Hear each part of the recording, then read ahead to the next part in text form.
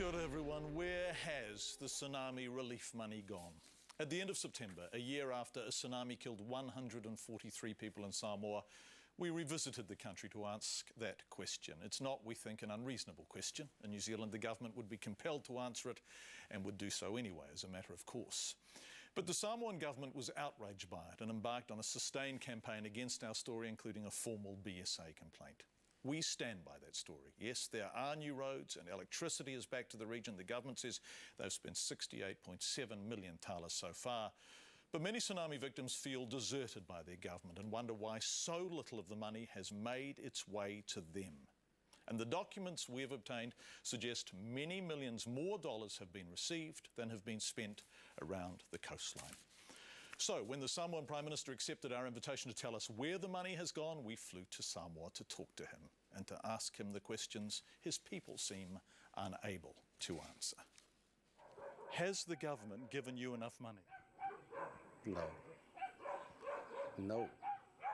Where has the money gone? I don't know where the Prime Minister gave this money.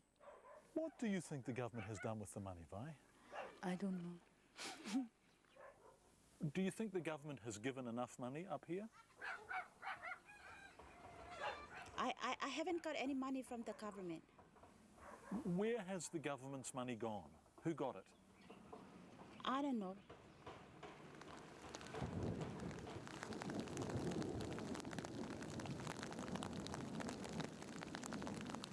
"13 months on from the tsunami, the rainy season is approaching. Along the coastline, the homes smashed by the blue sea are now being swallowed by green. The people have moved inland. But whether on the coast or up the new roads above the coast, in 5 visits, 3 since August, I have not met a single person from these homes happy with the government's response to the tsunami. Not one. Many of them don't even understand it." What is the truth?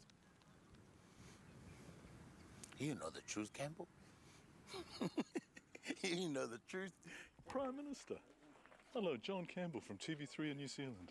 Not everyone thinks I know the truth. This man thinks quite the opposite. No, I must have written questions. No, we don't. That's not how the Fourth Look, Estate works. you cheated the Deputy Prime Minister and... We did not, Prime Minister. We did not.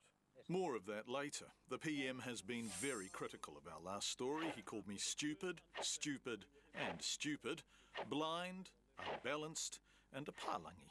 And he told Radio Australia, "That's all stupid. All those comments about missed funding, it's all ridiculous. And that's all based on the report by this amateur reporter, Mr. Campbell." In fact, our report was partially based on this, which was provided to us by the Samoan government themselves. It's their unaudited account of what they're receiving in foreign aid. It includes this table with the heading Donors and Donations to Recovery Plan. Now, the figures listed on it total over 160 million tala. Remember that figure. And now listen to what the Samoan Prime Minister told Radio Australia. All the funds that have been received from overseas that have been pledged came to 35 million tala. 35 million tala. That's more than 120 million tala less than this document lists. Confused? This is where the Samoan government is based. Think of it as Apia's equivalent of the beehive. And given that the figures coming out of this building appear to change depending on the audience, this time we didn't use it as a source. This time we went directly to the people writing the cheques. This image from NASA, believe it or not, shows us the 2 main islands, Savaii and Upolu. Upolu is home to both the capital, Apia, and the tsunami coastline itself. Now, how much money did Samoa get? The World Bank has directly confirmed with us $20 million to, quote, support the government in these troubled times. The Asian Development Bank has confirmed $16.4 million, most of it paid to Samoa in July. The International Monetary Fund has confirmed they paid $9.3 million to, quote, help the country recover from the damage. But interestingly, we can find no examples of the Samoan government publicly acknowledging this money from the IMF. Now, when we add all this money up and the confirmed donations from other countries, the total is 152 million tala. Now, listen again to what the PM told Radio Australia. all the funds that have been received from overseas that have been pledged came to 35 million tala. When will you expect to see the fully itemised breakdown of where the government has spent this money? Afualo Dr. Woodselele, who was not the only person to laugh when we asked that question, is Dean of the Business Faculty at the National University of Samoa. When does he expect to see an audited and itemised breakdown of spending? They should, it's the next, they have 2 more sittings or 3 more. Then we have the general election. So I cannot foresee any time Before the election? before the election. Which is in March of next year? Yes. Which is, doing very quick maths, roughly 18 months after the tsunami. Yeah. You will still not have been told where the money has gone. Yeah. In its, itemized breakdowns, Yeah. Out where the surviving tsunami victims now live, phrases like itemised breakdowns aren't branded around much. This is where the people of Malala have ended up. 13 months ago, their village was washed off the face of the earth. Olusepu Vailupe was mayor. His maths are more straightforward. 25 families. So, 25 houses. You lost 25 houses in the tsunami, and All of it. and how your whole village. Whole village. And how many people died in the tsunami? Well, 8 of our village have been died in the tsunami. 8 people. And so, 8 people died. You lost your entire village, 25 homes, and how much money have you had from the government? Oh, I don't know. I don't receive any money from the government. Nothing. Nothing. It's such a simple word. Olusepu built this house himself with debris left after the tsunami. The water tanks from Red Cross. He lives here with his children and his grandchildren. Their clothes were sent from New Zealand. The government gave them nothing. I want to see inside your house, Vi. I want to see what 10,000 tala buys. And where the government has given money, it often isn't anywhere near enough. This is it.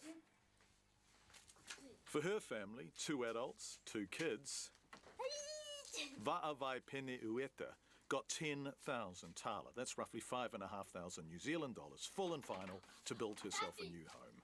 There's a floor, a roof, and walls, and nothing else at all. No. That is Vi's entire supply of water. That's all the water you've got, Vi. Yeah. And the government thinks it's fine for you to live like this. This is what the government thinks. They're finished with you now. No more from the government. No more from government.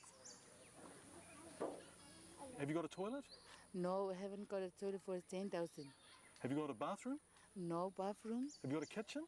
no kitchen. Just only 10,000, just only the house. Just only the house. Yes, no floors, no doors, no glass in the windows, no kitchen, no bathroom, no running water. Family after family in homes funded by the government live in what really amounts to little more than a shelter. And this is it for these people. There will be no more money from the government. In response to this, the Samoan government says people here have always lived like that. But this is part of the coastline where an island broke the tsunami before it reached the shore, sparing them serious damage.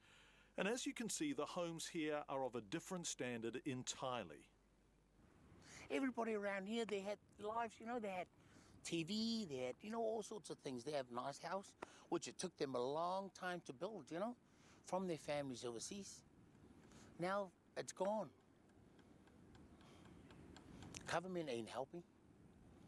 We just have to, rely on our families overseas, but our families overseas don't have much too. They got bills to pay. Fred Purcell is a Kiwi. Now, with money Fred's brought from his business, Toby's Paint and Panel Shop in Onehunga, Auckland, and his cousins brought from his business in America, they're trying to rebuild the 6 homes their family lost. But this expenditure is putting huge pressure on Samoans in New Zealand and other countries, many of whom have already donated to the Samoan government. Where has that money gone? Well, I suppose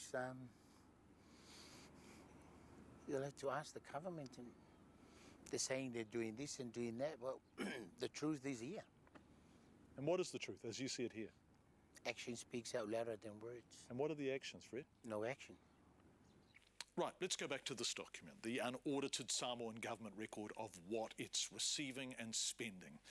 The government claims that its relief program is being spread over 4 years. But in housing, where the people around the coast are least happy, their own document directly contradicts that claim, allocating a total of just 9 million tala, that's 5 million New Zealand dollars, for all housing.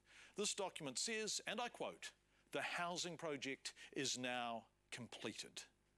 Do you think the international community, the World Bank, IMF, Asian Development Bank, Australia, New Zealand, all the people throughout the world, the EU, people watching at home in New Zealand who gave $20 or $30 or $40, do you think they expected more and better for these people around the coast? Yes, yes, those people deserve to know, and they expected much more than what they're seeing now.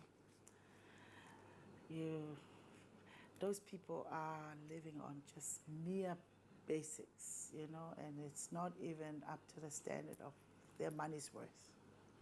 Rowena, what happens when you speak out like this? How does the Prime Minister react? Well, it's up to him how he reacts. I'm not worried about it, and simply because I feel I'm doing this for the sake of my people. I have to do it. I don't enjoy it, but I have to do it for the love of my people. Why? Why? Because if Samoa is not, if our people are not going to wake up now, then Samoa is heading for a doom where we're in a dictator government. We've got a one-party state. We're now run by one party. We've been a one-state party. Which brings us back to the Prime Minister and the interview we had confirmed in writing for 11 a.m. last Wednesday, Samoa time. An interview in which we would ask him, where has the money gone? And he could tell us. An interview he pulled out of 17 hours before it was due to take place. 2nd of November. Prime Minister, you've made a lot of comments about us and our story. You've clearly versed with the issues we want to discuss. You requested an interview with you? an interview, and Very it formally. is 2nd of November. Through your lawyers in Auckland and also through your office here. 2nd of November. But we, Prime Minister, we live in New Zealand. Yes. We're in Samoa now. If you want to interview me, it's 2nd of November. It will only take 5 minutes. Can we do it now? No. You sure? I want a longer time span. Well, wait a sec. It's my understanding that you've specified a maximum of 10 minutes. Yes. So we can do 10 So minutes you now. got my email. I've been told from our office. That's very good. So- So the email is given. That's the time, Prime 10 Minister, minutes. So And I want to take you to all the places that you did not see. It's very important. well, we've been to Lepa, Saliapanga, Satitoa, Alipata. There are much more. So, Prime Minister, if it's just 10 minutes, why can't we do it now? Why can't we have a chat here? 10 minutes. You see, you have to have some respect. You have to have some manners. Well, Prime Minister, with all So due it's, respect, with all due respect, I've flown up to Samoa. Yes, you did not. With an undertaking You have from your another. lawyers in Auckland and from your office Yes, that I would yes. interview you at 11 o'clock tomorrow. And if we're Did talking you about- have written questions? We don't provide. No. written I questions, Prime must Minister. have written No, questions. we don't. That's not how the Fourth Look, Estate works. you cheated don't the give- Deputy Prime Minister, and We did not, Prime Minister. We did not. We did not. Prime Minister, we don't. No, look, we came up with a firm understanding that we were interviewing you, Prime Minister, tomorrow morning at 11 o'clock.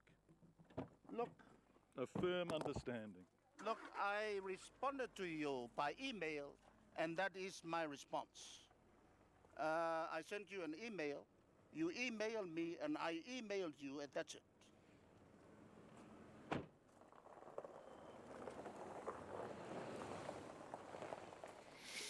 As Prime Minister of Samoa, we do want to confirm that we did formally have an undertaking in writing to interview him last Wednesday.